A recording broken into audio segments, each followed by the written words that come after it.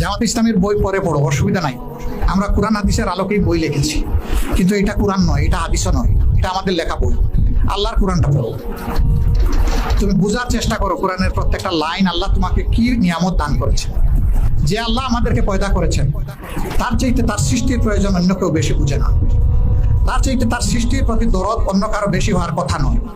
সেই আল্লাহ আমাদের সকল প্রয়োজন বিবেচনা করে আমাদের প্রতি দরদি হয়ে তার অপূর্ব ভালোবাসা নিয়ে ইসলাম আমাদেরকে দান করেছেন। আর উস্তাদ হিসাবে নবী করিম সাল্লাল্লাহু আলাইহি সাল্লামকে নিয়ামত হিসাবে পাঠিয়েছেন। আল্লাহ স্বয়ং রাব্বুল আলামিন, আর তার নবীকে তিনি করেছেন রাহমাতুল লিল আলামিন। আমরা সেই রাহমাতুল লিল আলামিনের উম্মত।